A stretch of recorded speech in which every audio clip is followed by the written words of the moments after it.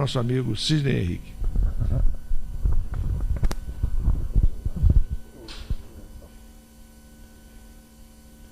Boa tarde. Que a doce paz de Jesus continue em nosso ambiente e em nossos corações. Vamos fazer com bastante calma. E até as 5 horas nós podemos... Pois é, não tem... Bastante calma. Mas, sempre que a gente vem fazer um estudo do Evangelho, primeiro que nós adoramos o Evangelho, né? Todos nós achamos o livro mais bonito da codificação, e realmente o é. Gostamos muito do livro dos Espíritos, da Gênesis, livro dos Médiuns. Eu, por exemplo, sou apaixonado pelo Céu e Inferno. Eu não consigo passar de ano. Estou há 10 anos que eu ministro o Céu e Inferno, ainda não consegui passar, porque eu ainda não consegui me achar lá naqueles exemplos que Allan Kardec traz para todos nós. Mas nós não podemos esquecer que o Evangelho é o livro mais difícil que tem de todos eles, porque é o livro moral. É aquele livro que a gente tem que estudar e depois colocar em prática. Vejam bem o castigo que fizeram comigo quando me dão capítulo 17, de 7 a 9, e que o tema é sede perfeito.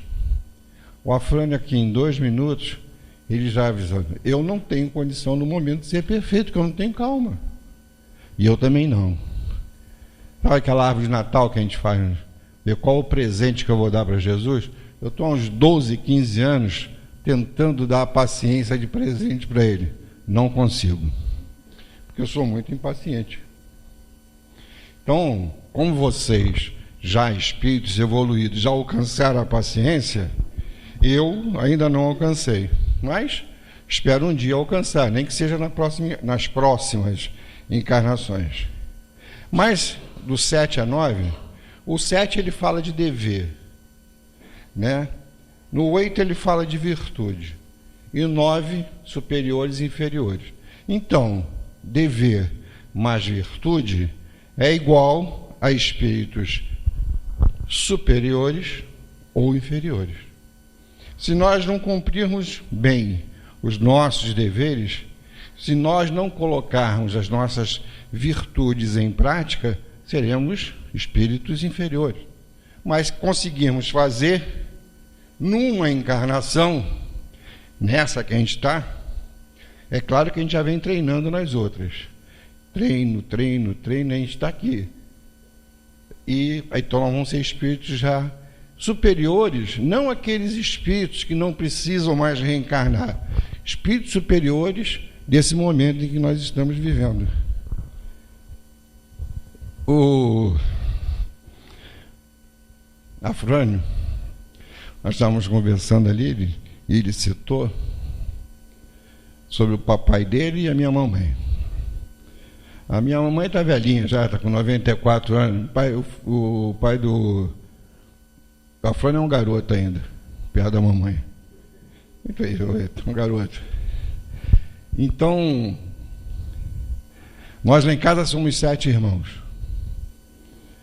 Então não se decide assim, eu vou fazer assim, não pode.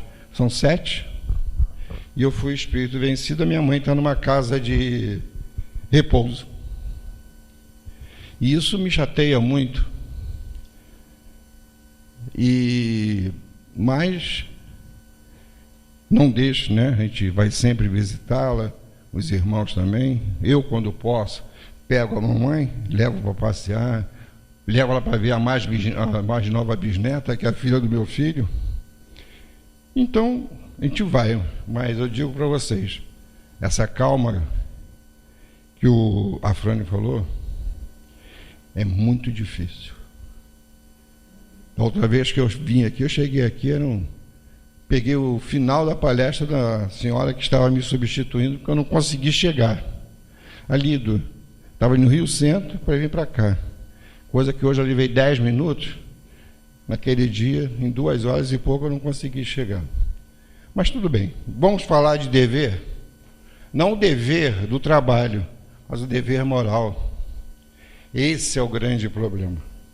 O dever moral que nós temos que a cada dia nos aperfeiçoarmos, que cada dia nós temos que colocar em prática aquilo que a casa nos apresenta em termos de palestra, em termos de estudo, para que nós saiamos daqui, que, por incrível que pareça, tem gente que quando vai para casa deixa guardado numa gavetinha aqui na casa. Só para, quando voltar, pega lá na gavetinha, aí vai praticar novamente. Não, tem que levar para casa para praticar em casa. Aquele negócio, sabe quem é que está falando aqui? Sabe quem é que fala por último aqui em casa?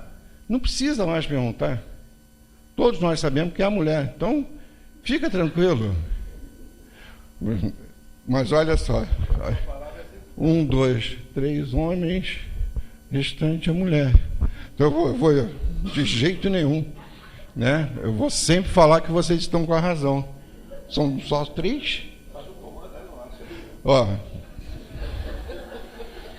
que elas obedecem ou não. Mas aqui no Evangelho, ele começa dizendo assim, ó, o dever é a obrigação moral da criatura para consigo mesma, para depois fazer com o próximo. Nós não conseguimos fazer caridade, nós não conseguimos dar uma aula em termos de moralidade, isso, aquilo, para alguém, se nós não fazemos conosco mesmo. Então, nós temos muito caminho, mas muito caminho pela frente. Todos nós, como nós precisamos. Chico Xavier, ele costumava dizer que ele era o principal que tinha que ser doutrinado. Se ele dizia isso, nós somos o quê? Nós estamos ainda um pouco longe, mas não é para desanimar. Todos nós temos que prosseguir. Chico prosseguiu.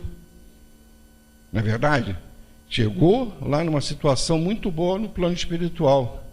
Se nós conseguirmos um de unidade, hein, que abane o lenço para a gente, tá ótimo. Bezerra era incontável, né? O número de lenços que abanaram para ele. Se nós conseguirmos pelo menos um, que aqui nós tenhamos passado boas orientações, tenhamos ajudado de alguma maneira, com um abraço, com um sorriso, que muita gente pensa que ajudar é só com dinheiro. Às vezes a pessoa não precisa de dinheiro, às vezes a pessoa tem muito mais do que a gente, mas não tem um sorriso, não tem um abraço, e muitas das vezes nós nos negamos a fazer isso. Tem casa espírita que a gente vai, que está lá assim, você já sorriu hoje? Não sorri, não pretendo. Nós precisamos sim sorrir, nós precisamos sim. Deus foi tão bom conosco, nos deu 2 ombros. Então nós podemos confortar 2 pessoas ao mesmo tempo. Na ordem dos sentimentos, o dever é muito difícil de cumprir-se. É só coisa animadora, tá vendo, né? É muito difícil. Se pudesse botar em letras garrafais aqui, Kardec teria colocado. É muito difícil. Ele diz, por se achar contrário com as atrações do interesse do coração. Porque nós colocamos primeiro à nossa frente os interesses que nós temos, o nosso coração. Não deve ser assim. Nós temos que procurar ajudar. Ajudar é muito difícil. Não pensem vocês que ajudar é fácil.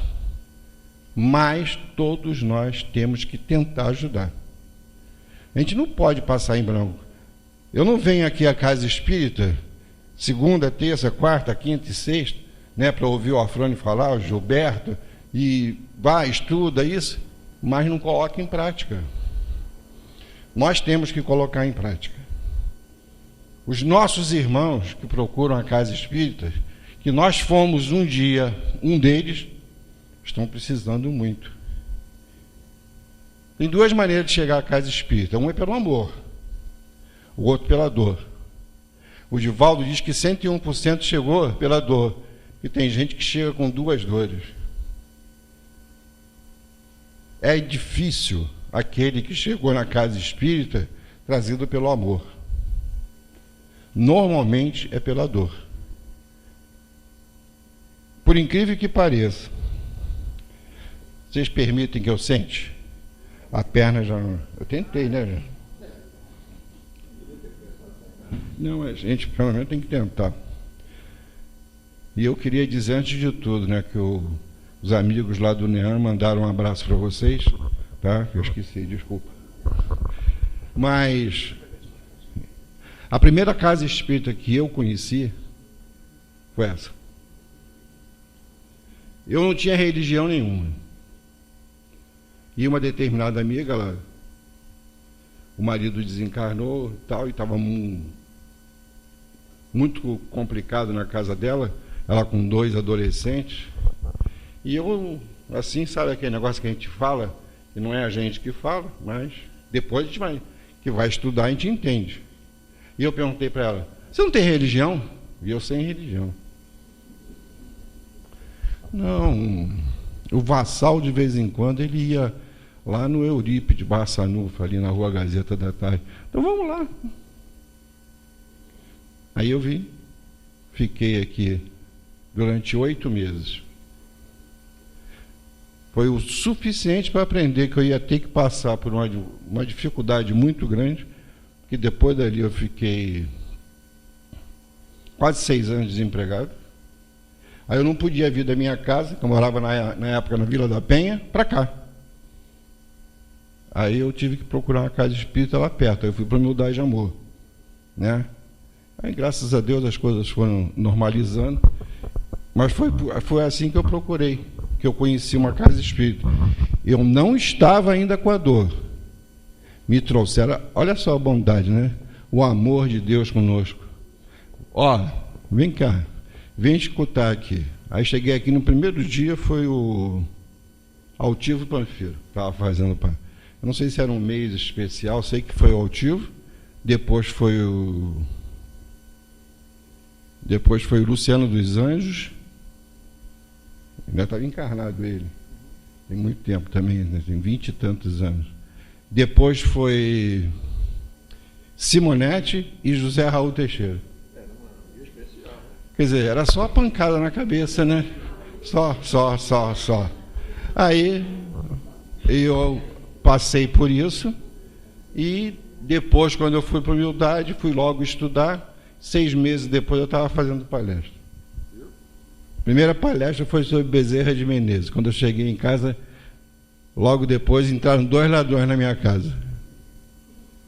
Aí você se lembrou do exemplo de Zé com o ladrão na casa dele? Não, lembrei não, eu fiquei muito invocado. Ué, a gente tem que ser sincero, vou dizer, não. Mas olha só, vou voltar agora a Deus, à espiritualidade. Nós estávamos ajudando uma casa, um lugar calmo que tem ali em Madureira, o tal de Cajueiro, lá na rua Tatuí, Grupo Espírita Miguel Arcanjo. Aí a minha sala, tinha 2 salas, estavam salas repletas de bolsa, que a gente ia levar alimento, ia levar roupa para doar. E um dos ladrões, um dos irmãos, perguntou assim, o que é isso? Para que isso? Aí a minha esposa explicou que a gente fazia um trabalho assim e tal. Ele falou para o outro, devolve tudo, que quem faz caridade não merece ser assaltado. Devolveu o meu dinheiro, meu rico dinheirinho que eu tinha na carteira, devolveu a chave do meu carro, as joias da minha esposa que ele tinha pego. Aí, quando ele saiu, e o meu medo era só do meu filho chegar, que meu filho tem 1,85 m, e ele estava fazendo pré-vestibular na época. De ele chegar e meter a chave na porta para entrar, e de repente podia... Aí o rapaz pegou e falou assim, fique com Jesus. Aí eu falei, você também, irmão, larga essa vida. E foi embora. Fomos os 2 embora. não levaram nada. Quando eu estive com o Divaldo, eu perguntei: Divaldo, aconteceu isso. O que foi certo? Tranquilamente, aquele que tomou a decisão disso, aquilo e tal, já tinha sido morador de rua. Morador de rua. E tinha sido ajudado em alguma situação. Mas é assim, né? Então vamos continuar com o dever. O dever principia para cada um de nós exatamente no ponto em que ameaçais a felicidade ou a tranquilidade do vosso próximo. Quando é que começa o nosso dever? Ele começa exatamente quando termina do próximo. Nós não podemos invadir o espaço do próximo. Não é verdade? Quando a gente faz palestra aqui, que a gente brinca assim, vamos rezar pelo nosso vizinho, que a gente tanto adora, né? Todos nós gostamos muito dos nossos vizinhos, né?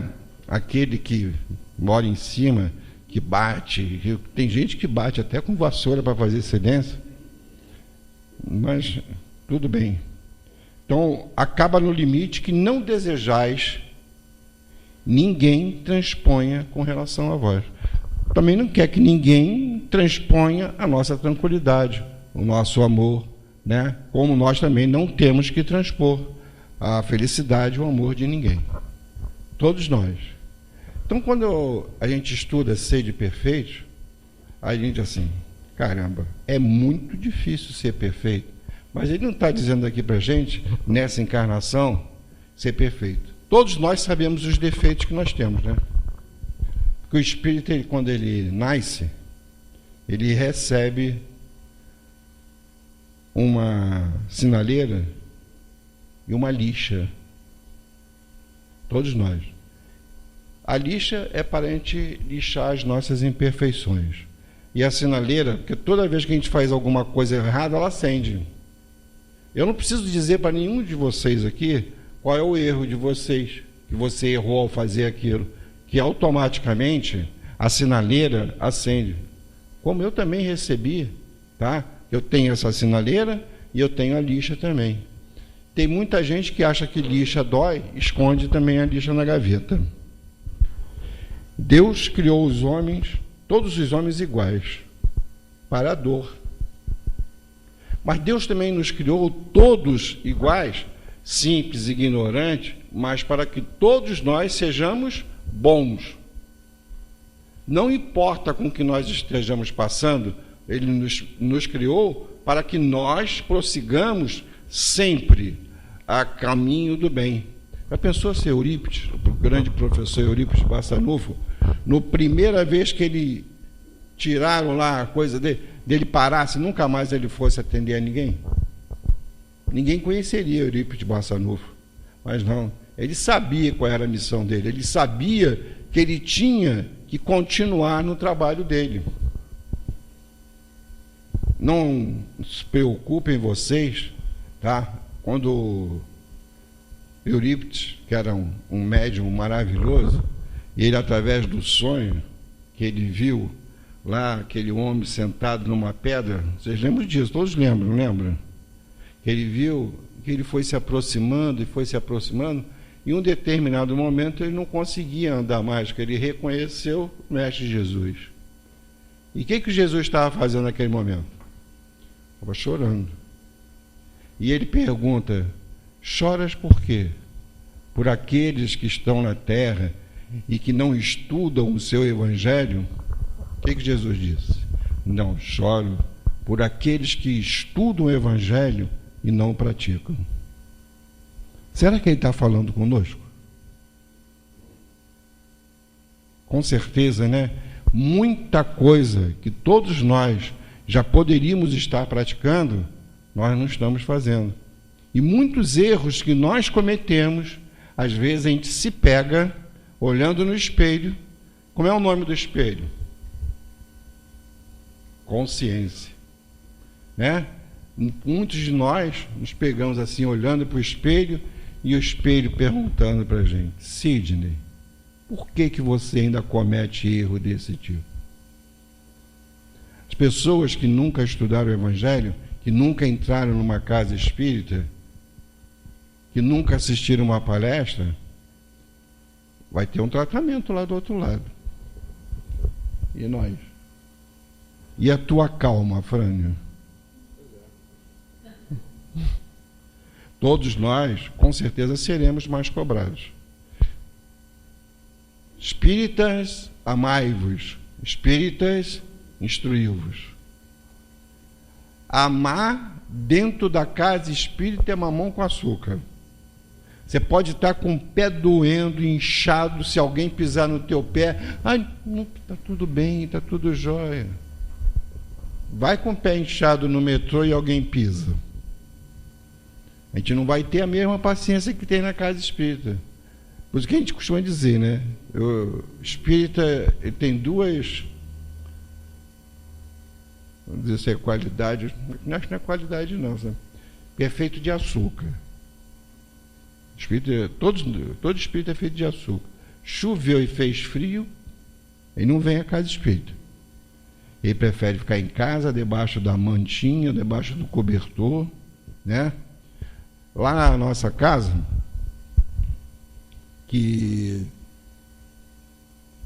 está conversando com a Fran aqui, depois a gente vai continuar, mas a tendência é, já conversei com a coisa aí, a tendência é que vocês vão ter que me aturar aqui um pouquinho mais.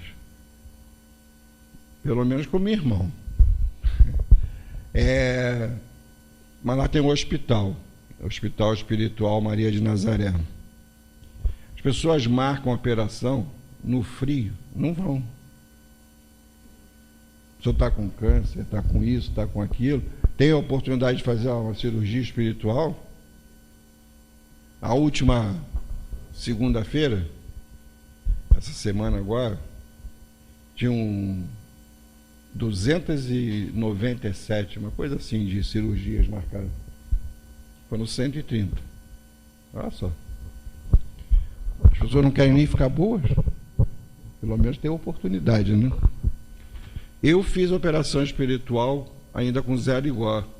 Em 1981.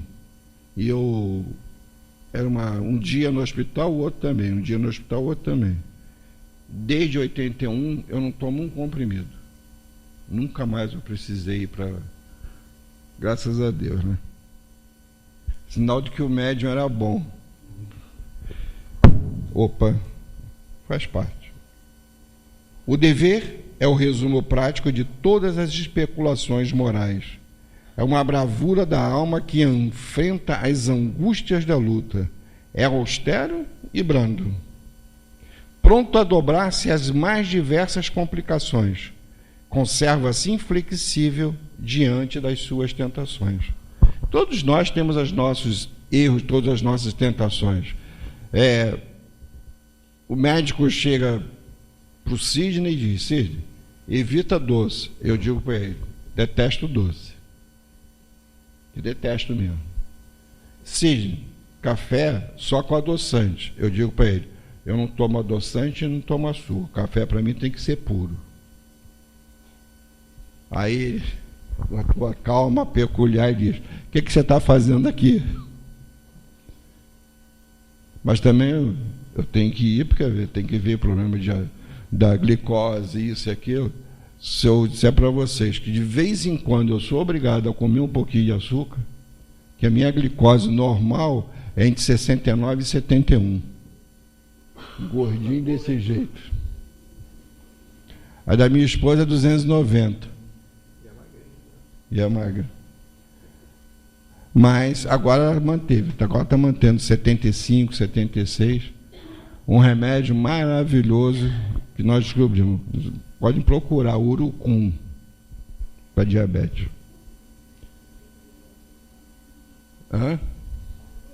Não. Pega uma bolinha daquela pequenininha, bota na boca, uma só por dia. É aquela que os índios usavam para pintura e tudo mais. Fabuloso para diabetes. Fabuloso. O dever é o mais belo laurel da razão. Descende desta como de sua mãe o filho. O homem tem de amar o dever. a humanidade não pode subtrair-se, mas porque confere à alma o vigor necessário ao seu desenvolvimento. Então, olha só o que eles dizem para a gente. O problema de ser baixo é esse. A mesa é alta, a gente é baixo. Mas, se Deus quiser, a gente vai ficar bom desse joelho. O dever é o mais belo laurel da razão. Descende desta, como de sua mãe, o filho. O homem tem de amar o dever, não porque preserve de males a vida, males aos quais a humanidade não pode subtrair-se, mas porque confere à alma o vigor necessário ao seu desenvolvimento. Todos nós, como eu falei, já nascemos simples, mas todos nós nascemos para ser bons. Só depende de nós. Nós recebemos uma estrada reta para caminhar, mas ela tem várias entradas, e nós estamos achando que a fila está andando muito devagarinho, então a gente sempre pega assim, né, aquelas entradas, que é assim, vou entrar aqui porque eu vou sair lá na frente de todo mundo. Só que quando a gente entra, tá, chega lá em determinado ponto, diz, sem saída. O que tem que fazer? Tem que voltar para pegar a estrada novamente, não é verdade? Para prosseguir. Quando você pega essa estrada novamente, essa estrada chama-se já reencarnação. E quantas das vezes nós, nesta encarnação, nós já entramos nessa estradinha aqui para voltar, porque vamos precisar reencarnar? Ou será que aqui nunca ninguém errou? Todos nós, com certeza, erramos, ainda vamos errar, mas eu posso garantir a todos vocês que todos nós, hoje, somos melhores do que nós fomos ontem. Se nós formos olhar coisas de 10 anos, só 10 anos, vocês vão reparar que como nós estamos melhores do que nós fomos 10 anos atrás. Por quê? Porque a gente assistiu palestra, porque a gente estudou, mas principalmente porque a gente colocou em prática. Essa é a grande razão de tudo. É nós vimos a casa espírita, estudar. E tem muita gente que vem na casa espírita para tomar passe, para beber água fluidificada. Ainda tem gente que pergunta assim, pode beber 3? Pode, beber quantos quiser, mas não vem a um dia de estudo. Por que será? A minha esposa, ela cuida da evangelização. Por incrível que pareça, nós começamos lá, ela começou com 2 crianças. 2 crianças. Aí eu, fazendo palestra lá na casa, eu perguntei quem tinha filhos de 4 até 11 anos de idade. Mas olha, vinha lá mais ou menos umas 180, 200 pessoas, 400 pessoas levantaram a mão. Tinha uns desencarnados por trás que levantavam a mão também. Falei, por que vocês não trazem os seus filhos para a evangelização? E eu escutei respostas assim, eu falei, livre-arbítrio deles. Qual a idade do seu filho? 5 anos. Imagine quando esse garoto tiver 14, 15. Gente, se a doutrina espírita é boa para nós, por que não é para o nosso filho? Hoje, pra vocês terem uma ideia, né? Tem 3 anos e 2 meses, ou 3 anos e 3 meses que ela implantou lá. Hoje tem 48 crianças. E tem 27 pais que vão e que assistem comigo às obras de André Luiz. Então, tá indo, né? E ela está preparando pessoas também para assumir. Então, Lázaro, quando mandou essa mensagem para a gente, que está no Evangelho, o dever, no capítulo 17, o número 7, então, vejam vocês que ele diz assim,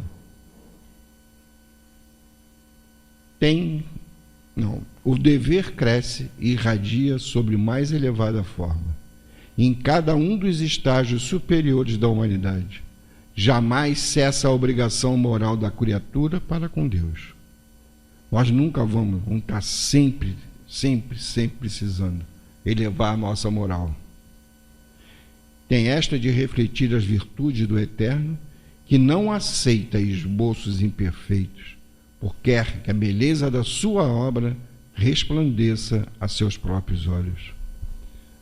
Então, todos nós temos que aproveitar tudo aquilo que nos é passado, tudo aquilo que nos é orientado, para que nós possamos, então, um determinado dia, quando chegarmos lá no plano espiritual, né, depois de várias e várias encarnações, uns mais do que os outros, nós todos possamos abraçar Jesus e já não tenhamos mais essa necessidade de reencarnar para cumprir deveres. Nós viremos só em missão. A número 8 fala da virtude. Você mudou de relógio? Mas está mais obsediado que aquele. Muito mais. A virtude, no mais alto grau, é o conjunto de todas as qualidades essenciais que constituem um homem de bem. Olha só, vê se é fácil. Olha só como é que é fácil. Desculpa, né? Olha só como é que é fácil ser um homem de bem, hein? Ser bom, caritativo, laborioso, sóbrio, modesto, tranquilo. Muito fácil ser um homem de bem. Não. A gente tem que dizer que não é fácil. Não é virtuoso aquele que lhe faz ostentação da sua virtude, pois que lhe falta a qualidade principal, a modéstia. Olha só como é que funciona. A gente pensa assim, a casa espírita funciona tudo certinho, tudo bonitinho, é uma tranquilidade. Vocês querem ver uma coisa? Mês passado, mês de maio, sou eu que organizo as palestras lá. Então eu convidei um rapaz lá de Campo Grande, por sinal um excelente palestrante, chamado Valmir Freitas, para falar sobre Maria.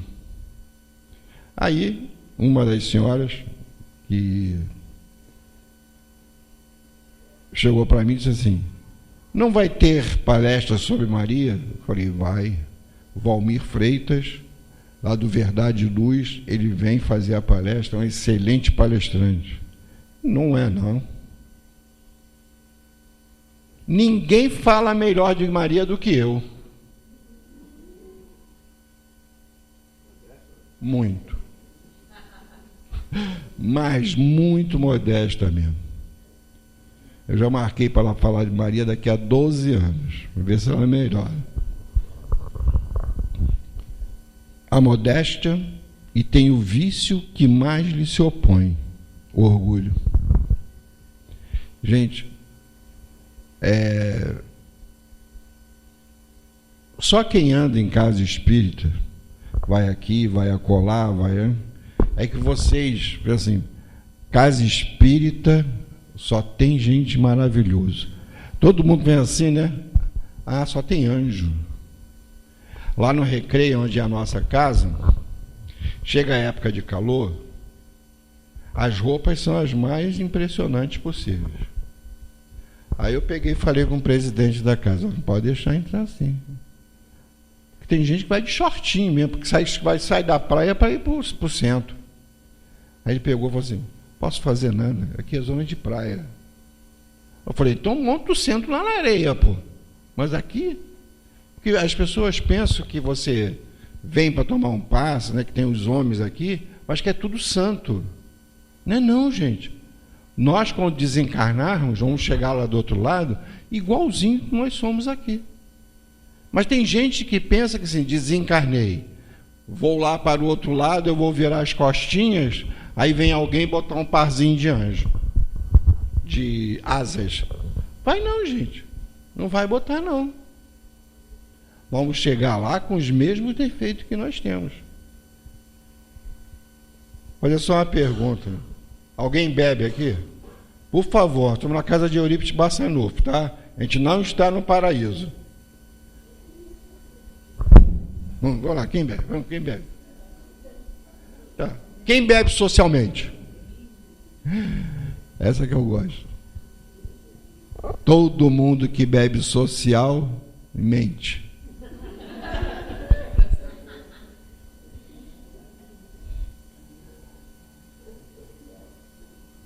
Se o Afrânio me permitir, próxima palestra posso falar de alcoolismo? Pode. Vou marcar. Alcoolismo. Olha, primeira vez que eu falei sobre alcoolismo na casa espírita, falaram assim para mim: que loucura, você vai falar sobre alcoolismo na casa espírita? Vou, por quê? Ninguém bebe na casa espírita. Pouco, né? A virtude assim compreendida e praticada é que vos convido, meus filhos, a essa virtude verdadeiramente cristã. É aquela que nós estamos desprovidos do orgulho, da inveja, da vaidade. Nós estamos que estar desprovidos. É a totalmente cristã. Mas nós ainda estamos caminhando. Mas nós vamos conseguir. Com certeza todos nós um dia conseguiremos. Mas nós não precisamos deixar tudo para as próximas encarnações, porque o espírito, depois que ele sabe que ele vai reencarnar, assim, vou treinar isso não, vou deixar para a próxima encarnação. Vou deixar para a próxima. Não, gente, ninguém está aqui a passeio. Todos nós estamos aqui para nos melhorarmos. Emmanuel já disse. Qual o maior fenômeno que acontece na casa espírita? Tem uns que dizem que é evidência, outros acham que é psicografia, mas não é. É elevação moral e espiritual do ser. Todos nós estamos aqui para nos elevarmos moralmente, espiritualmente, intelectualmente. Todos nós. Então, sigamos as orientações. Então, nós falamos do dever, da virtude. Se nós fizermos tudo certinho, nós seremos espíritos superiores. Se não fizermos, seremos inferiores. Então eu tenho que contar uma história que tem tudo a ver com espíritos superiores e inferiores aqui no caso. Justamente sobre o dever e justamente sobre a virtude. Um pintor foi convidado pelos padres de uma igreja, uma parede muito grande, que pintasse ali uma grande passagem que teve Jesus aqui na Terra. Esse pintor tinha então 20 anos de idade. E ele foi pintando e tal, e chegou num determinado momento, depois de 5 ou 6 anos, que só faltavam 2 figuras ali. A de Jesus e a de Judas. E ele então ainda não tinha visto alguém que ele pudesse servir para ele de modelo para colocar como Jesus ou como Judas. E depois de algum tempo, ele saindo de casa, do seu ateliê, ele passou, viu um menino, olhou para aquele menino, a maneira que ele brincava, a maneira que ele tratava os outros, e disse: é esse o meu modelo de Jesus. Chegou para ele: por favor, me leve até a sua casa que eu quero conversar com seus pais. Chegou lá, conversou com os pais, explicou qual era o trabalho dele e pediu que o garoto servisse de modelo para que ele pintasse Jesus. E assim foi feito. 2 anos depois, Jesus já estava lá pintado. E o tempo ia passando, ele já estava com 39 anos de idade, ele ainda não tinha encontrado o modelo dele de Judas Iscariote. E os padres começando a cobrar dele, porque daqui a pouco ia morrer todo mundo e não ia ter. Eles queriam ver a obra completa. 3 anos depois, estava ele com 42, ele estava numa taverna, tomando uma caneca de vinho, e de repente entra um homem alucinado, gritando, falando palavras, e se joga ao chão, começa a gritar, e ele diz: esse é o meu Judas, é esse que eu quero pintar. E ele vai até o homem, conversa com o homem, leva para sua casa, o alimenta, ele toma um banho, aí explica para ele o que ele queria fazer, ele estava precisando, e ele ia servir o modelo para Judas. cara começou a chorar, mas chorando muito. Ele pergunta se ele o ofendeu, e ele disse: não, o senhor não me ofendeu. É que há muitos anos atrás eu estive sentado aqui para o senhor pintar de Jesus.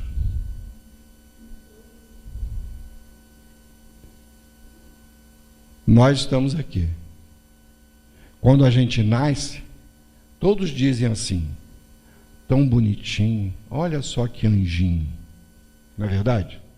E é uma maior mentira que existe, né? Que toda criança, quando nasce, é feia para dedéu, horrorosa. Tudo inchada, vem isso, vem aquilo, mas depois, a única exceção que eu conheço, qual é?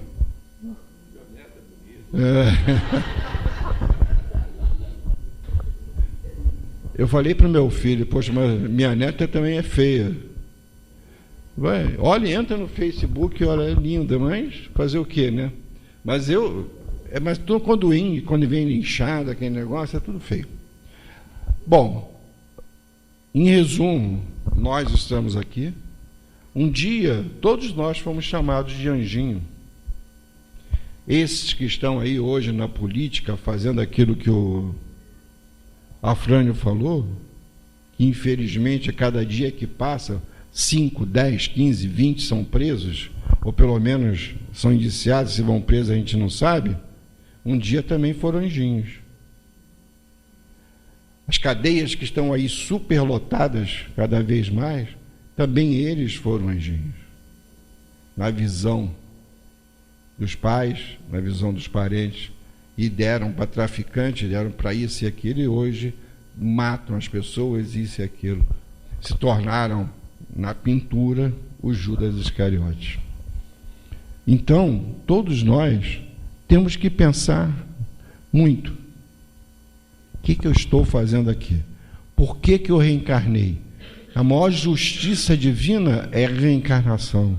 Ele nos dá a oportunidade, todos nós, de todos os dias nos melhorarmos, de nós colocarmos em prática tudo aquilo que nós estudamos, de colocarmos em prática as orientações que chegam através da espiritualidade e que os médiuns trazem e colocam, e nós escutamos, achamos lindo, achamos maravilhoso, mas não colocamos em prática.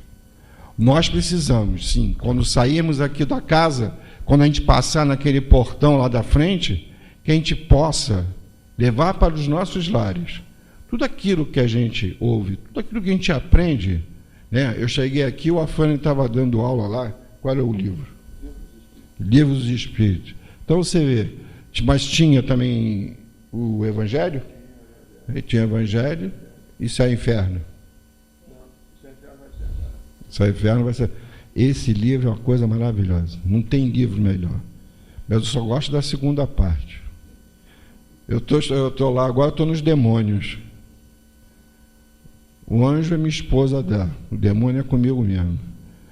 Mas tem gente que está na doutrina espírita há 50 anos, que eu já chamei para fazer palestra sobre demônio, e ela não vai porque não fala esse nome. 50 anos de doutrina espírita. Assim como pergunta ao rico: que fizeste da riqueza que nas tuas mãos devera ser um manancial a espalhar a fecundidade ao teu derredor? Também Deus inquirirá daquele que disponha de alguma autoridade: que uso fizeste dessa autoridade? Que males evitastes? Que progresso facultaste? Que Deus, ele vai perguntar a primeira vez: Sidney, o que fizeste de tudo aquilo que eu lhe dei para que você pudesse ajudar o próximo? Eu ficarei em silêncio. Mas Deus irá perguntar novamente: Sidney, o que fizeste de tudo aquilo que eu te dei para que você pudesse ajudar ao próximo? E eu irei chorar. Mas ele perguntará a terceira vez: Sidney, o que fizeste de tudo aquilo que eu te dei para que você pudesse ajudar o próximo?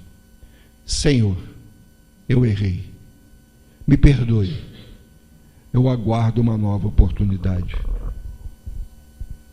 Quando tudo poderia ser diferente. Por isso que todas as vezes que me perguntam, você tem medo da morte? Eu falei, nenhuma. Nenhuma. Eu tenho vergonha. Eu tenho vergonha de quando eu chegar lá do outro lado, que todos aqueles em que eu havia programado de fazer aqui, que tive perto, que tive com tudo nas mãos e não fiz. Por isso, eu tenho vergonha de quando eu ter que chegar lá do outro lado e olhar para aqueles em que eu combinei de fazer isso e não fiz. Não fiz única e exclusivamente por minha responsabilidade. Nós estamos numa casa que ela nos traz muita tranquilidade, muito amor, muito carinho, que é a casa de Eurípides Barçanufo. Vocês devem estar cansados, mas nunca se cansem. Devem estar cansados, mas nunca se cansem. Sempre de ouvir falar de Eurípides Barçanufo. Sempre que vier alguém para falar sobre a vida e a obra de Eurípides Barçanufo, aprendam sempre cada vez mais, porque foi uma vida linda. Nós agradecemos do coração. E como eu gostaria de terminar, hoje falando de caridade, a gente aprende que fora da caridade não há salvação. Eu gostaria de falar só uma coisa. Vou contar uma história pequenininha, porque o relógio não está tão obsediado assim, mas diz assim, ó.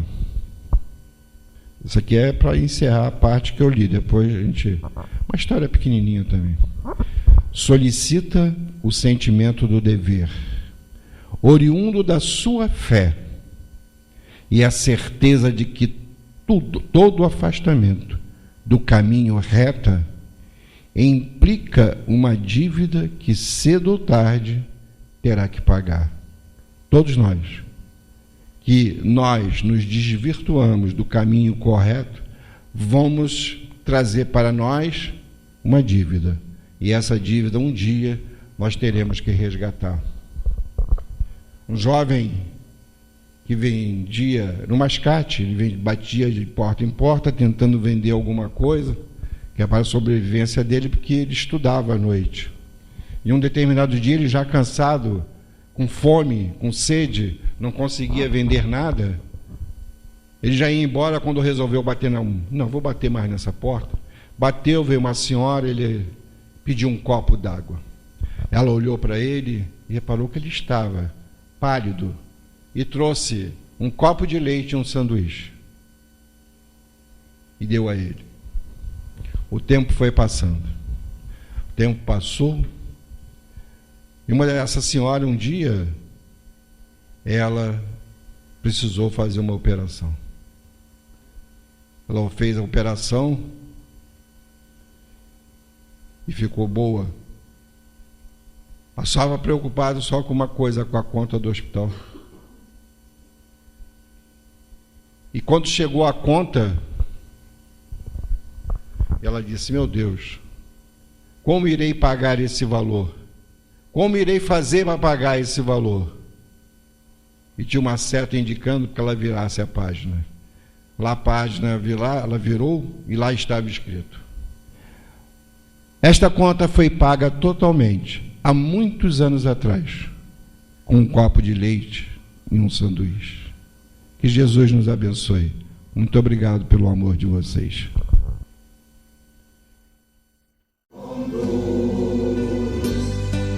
Nesta jornada, pelos caminhos da luz, querido Eurípides, apóstolo